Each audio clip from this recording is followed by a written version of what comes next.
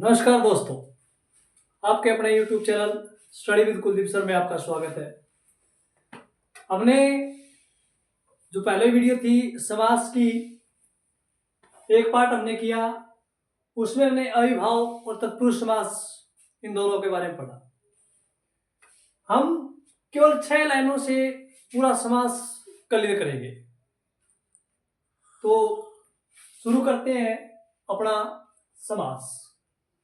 अविभाव समास, जिसका पहला पद प्रधान तथा अव्यय हो, ये आप कर चुके हैं। थोड़ा मैं आपको रिवाइज करवा रहा हूं, दोहराई करवा रहा हूं। तत्पुरुष समास, जिसका दूसरा पद प्रधान हो। द्विगु समास, जिसका पहला पद संख्यावाची हो।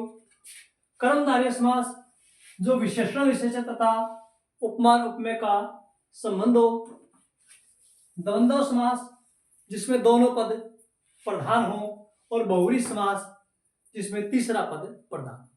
किसी भी समास के अंदर 3 पद होते हैं, पूर्व पद, उत्तर पद और समस्त पद। ये आप जानते हैं अच्छी तरह से। हमने कुछ उदाहरण लिखे हैं और मैंने वही एग्जाम्पल लिखने की कोशिश की है जो अब तक एग्जाम में पूछे गए हैं, यानी कि पूरी क्लास अपने एग्जाम ओरिएंटेड क्लास। ठीक है, ज्यादा इसमें कचरा भरने की अपने कोशिश नहीं की है कि सारे एग्जाम्पल दे दो ना। कुछ सफिशिएंट एग्जाम्पल जो अब तक पूछे गए हैं वही एग्जाम्पल मैंने लिखे हैं। तो चलिए शुरू करते हैं अपन एग्जाम्पल। द्विगु समास, पहले कि किसका क्या है कि पहला पद क्या होना चाहिए, संख्यावाची। ओनली पहला पद संख्यावाची होना चाहिए। तो पहला पद देखो, 3 संख्यावाची है। लोक यानी कि लोक हो गया, 3 लोकों का समाहार। ठीक है, 3 फिर हो गया। तिरंगा, 3 रंगों का समाहार। सप्त संख्यावाची है, 7 रंगों का समाहार। 9 संख्या है, 9 रत्नों का समाहार। शत संख्या है, शत अब्दों का समाहार, यानी कि 100 वर्षों का समाहार या समूह भी आप कह सकते हैं। 8 आनों का समाहार। 2 पहरों का समाहार। तो यानी कि जहां पर पहला पद क्या होगा, संख्यावाची होगा, वो क्या कहलाएगा, आपका द्विगु समास कहलाएगा। ये क्लियर? ये वही एग्जांपल है जो आपसे पूछे गए हैं। अगला आपका कर्मधारय समास। कर्मधारय समास में था कि विशेषण विशेषण तथा उपमान उपमेय का क्या होता है, संबंध होता है। ठीक है जी, कैसे होता है देखते हैं, उदाहरण से देखेंगे। नीलकमल, नीला है जो कमल। अब देखो, कमल की विशेषता है कैसी कि वो नीला है। महापुरुष, महान है जो पुरुष, पुरुष को कैसा बताया गया है, महान बताया गया है। सदगति, सत है जो गति, अर्थात जिसको आप कह सकते हैं कि अच्छी संगति, अच्छी संगति कह सकते हैं।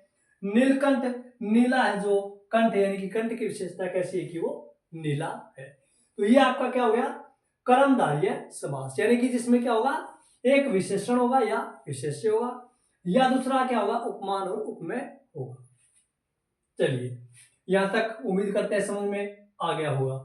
अगला हमारा द्वंद्व समास, जिसके अंदर दोनों पद प्रधान होते हैं। ये एग्जाम्पल बहुत बार पूछा गया है और कंफ्यूज हो जाते हैं अपन। न्यूनाधिक, कम या ज्यादा, कम अथवा ज्यादा दोनों एक ही बात है। अनजल, अन और जल। अब यहां पर देखिए 10 12 कंफ्यूजन हो सकती है आपको कि 10 12 में जी 10 तो संख्या है और अपन ने जैसे ही 10 देखा, 10 देखते ही बोलो कर दियो कौन सो द्विगु, वहां पर खुश, क्या अपनो सही है। आंसर के आगे देखियो मिलायो, अपनो गलत। क्यों हो, क्योंकि 10 और 12 दोनों संख्या है। 10 और जो 12 है वो दोनों संख्या है, और द्विगु ये कहता है कि जिसका पहला पद संख्या होना चाहिए। तो यहां तो दोनों ही पद संख्या है, तो इसलिए आपका कौन से में जाएगा, आपका द्वंद्व समास में जाएगा। ध्यान रखने वाली बात है ये भाई। 10 12, तो 10 से 12 तक हो गया। 4 5, 2 एग्जाम्पल लिखे अपन इसके। 4 5, 4 या 5। 4 ने क्या 4 देखती दे बोलो भर दियो कौन सो द्विगु को, गलत हो गए भाई जी। बड़ा पारा जी, बस में बैठे राज जी, मारो सही है, मारो सही है, बार में देखिएगा। तो इस चीजों को देखते चलना है।